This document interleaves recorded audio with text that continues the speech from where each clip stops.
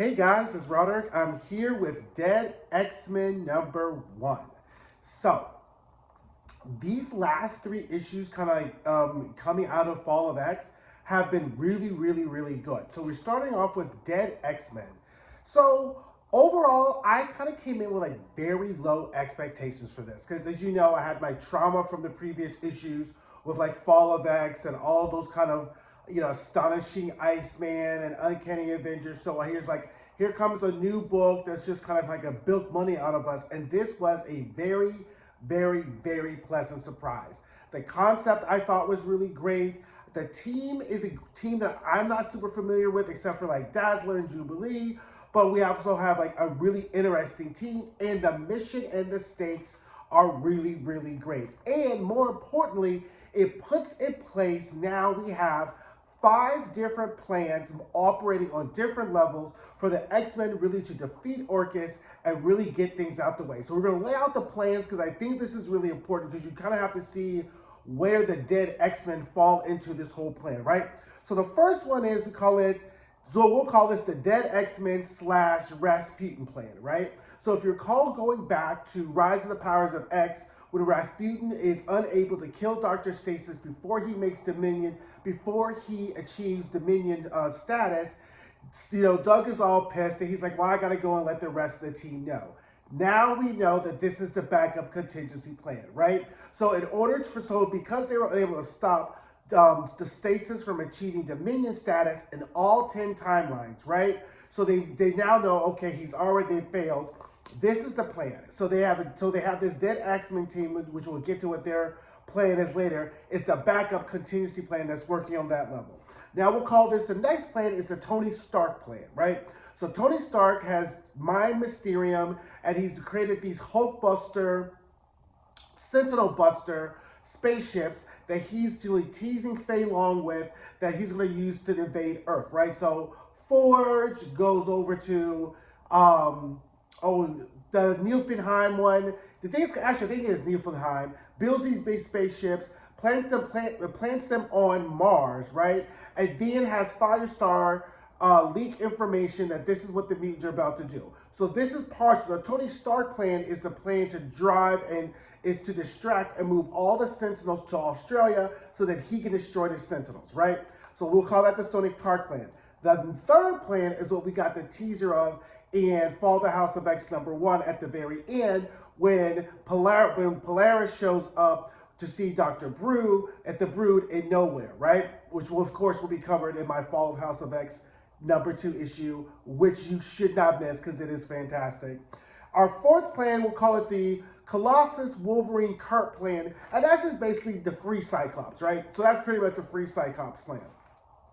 And our fifth plan, which is revealed in the Fall of the House of X #2, I'll call that Plan X, which we'll get into later with that. So now we have 5 plans that are kind of operating on like multiple levels, and this is good.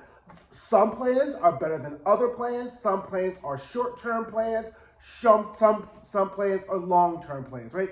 I didn't include like the Biodome plan into that from X-Men because that's going to wrap up. It's kind of going to wrap itself up at X-Men 31. Check out my review for that. So those are, because that's already a plan. That's kind of really a precondition for all these plans to really go into place, because the X-Men can't really do anything until all the humans are freed from the Sinister Lace medicines, right? So basically it opens up with Frenzy, Prodigy, Jubilee, Dazzler, and Cannonball landing in, we'll call it Moira 3.4, right? So the Moira engines. These are the Moira engine lives that Sinister's created, and it's this demon-bound engine, and Magic is the Lord of all hells, and then Prodigy reads your mind and realizes, oh, she's not here, she's always killed her, they're sucked back, right? So then they come back, and then they landed back somehow in the Krakoa in the Atlantic Ocean that's currently in the White Hot room, right? Don't know how this happened, don't know how they got resurrected, don't know how they're able to access the White Hot room, do all this time jumping, whatever. At this point, we're just going with the story. They land, and what we see is Askini, who is really Rachel Gray Summers, showing up as a burning Butch. And what they're doing is they're jumping from timeline to timelines within the Moira engine, in order to find a Moira that is not already cyberkinetic, right? And they're saying that they need Prodigy to passively to read her mind, collect her memories, so Professor Xavier knows that when he can go back in time to talk to Moira.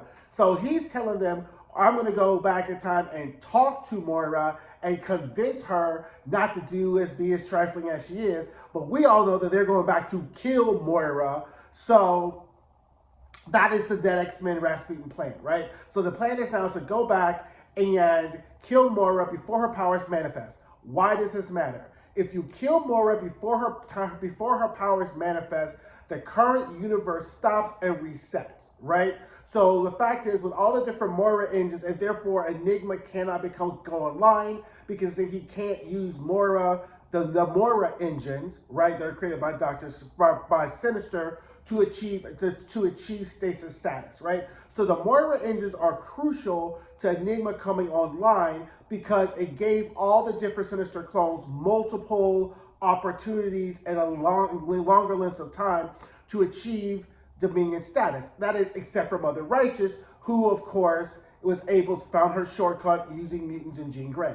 Okay, so their next jump, we're calling this Moira 2.4. So they do another time jump, and it's 15 years after the ends of Earth. They land, they can't breathe, they get pulled into a portal by someone who's like, just as super useless, but we get a figure who's like looking at them while they're getting sucked in, right? So the person who pulled it in is Abigail Brand. Now, if you're not familiar with Abigail Brand is the green-haired head of S.W.O.R.D. who really was siding with Orchis the entire time when she was in charge of S.W.O.R.D. and, wanted this intergalactic war and was doing all this shiesty stuff, right? So she has her own team of Armor, Rootfire, Random, and Blink, right? So this is this timeline's Moira, this timeline's X-Men, right? So pretty much, Prodigy reads Abigail Brand's mind because she's all like, who are you? We should be shooting you. You look like our friends, but you're not our friends. Whatever. So this Moira 2.4 engine life is where Orbis Stellaris created an intergalactic war, killed off 92% of the human life. And pretty much Brand is leading the X-Men. So this is one of the timelines in which Orbis Stellaris tries to achieve Dominion status, right? So he also wipes out Orchis and Nimrod, and he wipes out all the AI, and then in that place of all the AI, of course, the Phalanx comes, because the Phalanx, of course, is always going to be the precursor to the Dominion Rising. So now we're on Orbis Stellaris' ship, and he's going towards Brand because Brand has the last piece of Mysterium that's left in the universe, and Orbis Stellaris needs that piece of Mysterium to go with the M-Cron crystal in order for him to achieve Dominion status. So they're going there. So now Brand and the Dead X-Men are on Earth because they're like, look, we're not here to get caught up in all of this. We're not going to do no time paradoxes. Whatever's happened here is going to be between you and the Holy Ghost because we need to go and find somebody else, and we can't really tell you about our business, so just let us go, right? So when they land on Earth, Orbis Stellaris attacks their ship crashes into Earth, there's a whole big fight happens, and then interjects the Starjammers, that's led by Star Fox with Juggernaut, Lockheed, Mercury, Hepzibah, Warbird, and Smasher, and they come to help Brand and company. And I'm sitting here reading this like, if they're jumping from timeline to timelines, why are we introducing all these people, right? Like, why are we kind of like cluttering the narrative up with like all these extra people if they're going to be in another timeline really soon? Unless they're not, right? So hopefully they're just not just throwing people out there and then maybe whatever. But once we get to the end of the issue, maybe we'll be back in this Moira land a little bit quicker than we may have hoped for. But anyhow, at this point, we get a whole data page about how this Dead X-Men gets resurrected. And this is, again, my biggest critique with these data pages. Like, this is where art and dialogue should be coming alive, not just giving it to us in data pages. Like, is Marvel just being too cheap here to give us, 2 extra pages of comic book? Like, I mean, the prices have already gone up. This is a page that should have been shown in visual and art or whatever. But pretty much, Professor X gets Rachel into No Place X, tells her she needs to assemble a team. He's questioning the team because she's like, we want these people. She's like, they're kind of lightweight. Like, I was expecting some, you know, because they like she was like, what, a psychic ninja and like a metal man or something? Because she's like, yeah, the X-Men love using Psylocke to do their dirty business, but they don't ever want to give her flowers, right? Remember Hellions? She was in charge of that. Like, Psylocke is always good to do bullshit bootleg missions, but she's not good enough to really be with the it girls at the it table type of thing. And he was like, well, maybe can you do Betsy? She's like, I'm not throwing my girlfriend in your bullshit because I know something's not right. Like, my mama may just be dead for only a month or so, but she always told me to keep my good eye on you. So I'm not really, 10 toes down on this plan because you're usually up to some bullshit anyway. So you bring us the data page of how they get to do it. And she's like, look, they're X-Men. My mama thought they were good enough to be on the X-Men team. My daddy thought they were good enough to be on the X-Men team. They should be good enough for you in this whatever. So I was like, that makes sense, right? So then anyway, World War is on Stellaris, whatever. And after that, see, also the other part is the reason they pick Prodigy is because Moira typically has psychic defenses for active psychics or active telepaths, right? So you really couldn't send in a Psylocke, a Betsy, or even a Quentin Quire because he probably would have been useful, right? Because he's not useful in any other book to do it. So you need someone who would absorb her memories kind of passively and not actively, right? So that's where Prodigy comes into play, right? So anyway, Warboard finds Orbis Stellaris. They destroy her ship. They allude to the fact that Smasher is really the son of Cannonball. But again, why does this really matter? Because they're just time jumping anyway, and we don't really need all this explanation and cameo. Because the real problem is that pieces of the Mcron crystal from the crash of Orbis Stellaris' ship has been lodged now in Prodigy's chest. And then while this is happening, he realizes that Moira is really close. And they're like, well, where the fuck is Moira? Because everybody else is fighting all around. So finally, Cannonball comes in, Moira shows up, and then Prodigy finally reads Moira's minds, finds out all the information he needs for their mind. And then Brand is like, but what's going on? They're like, bye, bitch. This is what we came for. Have fun. Take care of this. Don't worry about leaving me no cake.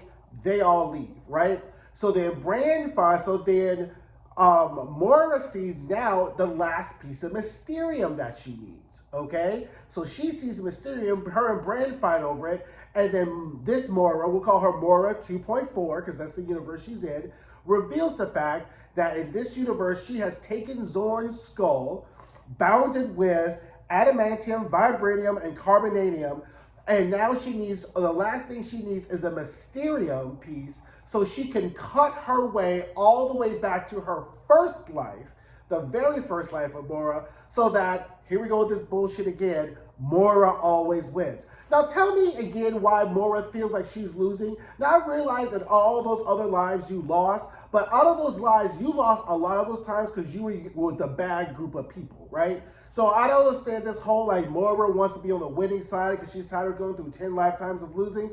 About half of those were your fault, right? So don't just keep acting like you were on the winning side all the time. Four of those were your fault. The fourth one was when Destiny had to come in and burn your ass up because she gave you a lesson of you could do what you want to do with all your lives, but you can't be doing shit against the mutants. So a lot of those lives, those L's fell on Moira and not necessarily the causalities that happened when she sided with mutants. So anyway, this is Dead X-Men.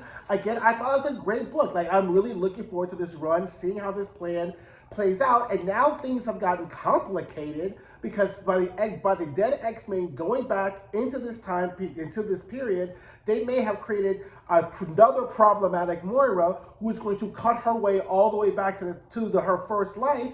And if that happens before they get back and give Professor Xavier the information and goes back, all this shit may be for nothing, right? So again, high stakes, love it. Thought the team was great. Thought the book was great. Let me know what you guys think. Don't forget to like. Don't forget to comment. Don't forget to subscribe. And I'll see you guys soon. Bye.